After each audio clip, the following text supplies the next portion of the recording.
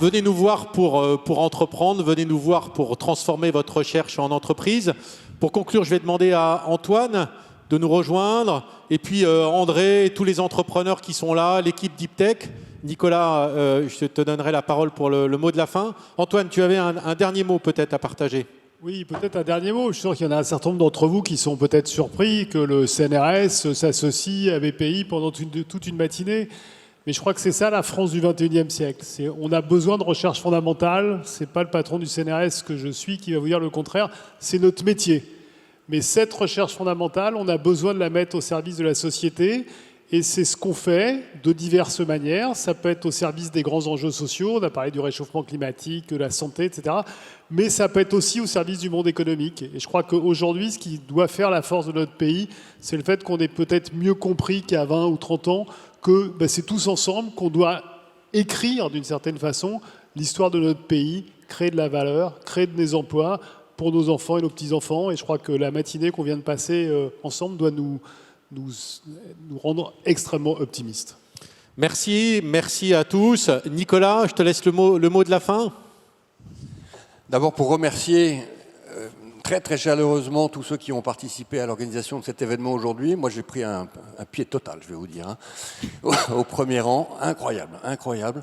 Et donc bravo Paul, bravo à toute l'équipe de la Deep Tech de BPI France et puis tous les entrepreneurs.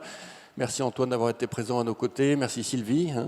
Je voudrais vous dire ce que c'est que BPI France quand même, parce que vous pouvez vous dire, bon tiens, le gars il est en costume, il a une cravate, machin, bon. Alors j'ai mis une cravate pas vraiment pour vous, mais parce que tout à l'heure on accueille le Premier ministre. Bon. Mais il faut que vous soyez conscient du fait qu'on est un peu dingue quand même chez BPI France.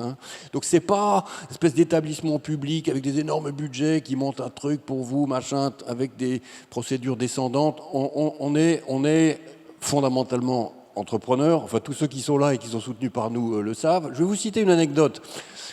La semaine dernière, j'ai eu, par hasard tout à fait, j'étais assis à côté dans un dîner à Montpellier avec le maire de Rouen. Bon.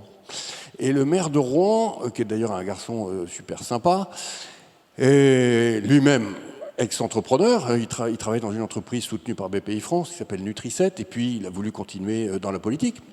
Et il me dit... Vos directeurs régionaux, là, ça change pas mal là, depuis quelques années. J'en suis à mon 3e parce que tous ceux qui passent par Rouen, en fait, ils explosent dans leur carrière, vous les promouvez tout de suite. Mais alors je lui dis, alors ça te pose un problème au fond? Il me dit, en fait, non, pas du tout, parce que ce qu'il y a d'extraordinaire, c'est qu'ils sont toujours super bons et qu'ils sont toujours un peu dingues. Tous. Vous avez tous la même culture chez BPI France. Je t'ai pas raconté ça. Et c'est vrai. Et c'est vrai, c'est ça qu'on a essayé de monter. C'est pour ça aussi qu'on essaye sans cesse nous aussi, de repousser nos limites. Je ne sais plus qui disait ça tout à l'heure. De repousser nos limites. Enfin, regardez quand même l'événement qu'on est en train de monter pour 52 000 entrepreneurs demain. Sur les sites internet, sur Instagram, sur Twitter, sur YouTube, etc. Demain, vous allez avoir 18 millions de connexions. Bon, qui fait ça? Pas grand monde. Je voulais vous le dire, c'est-à-dire que vous n'avez pas l'impression d'avoir eu des entrepreneurs qui sont super vitaux, machin, avec des projets personnels, et puis une espèce de banque, la banque de l'État. C'est pas vraiment ça. Donc venez nous voir, on pourra avoir un dialogue avec vous qui sera absolument à hauteur d'homme. On partage vos désirs, on partage vos rêves. Souvent, on aimerait être à votre place, d'ailleurs, pour être très franc.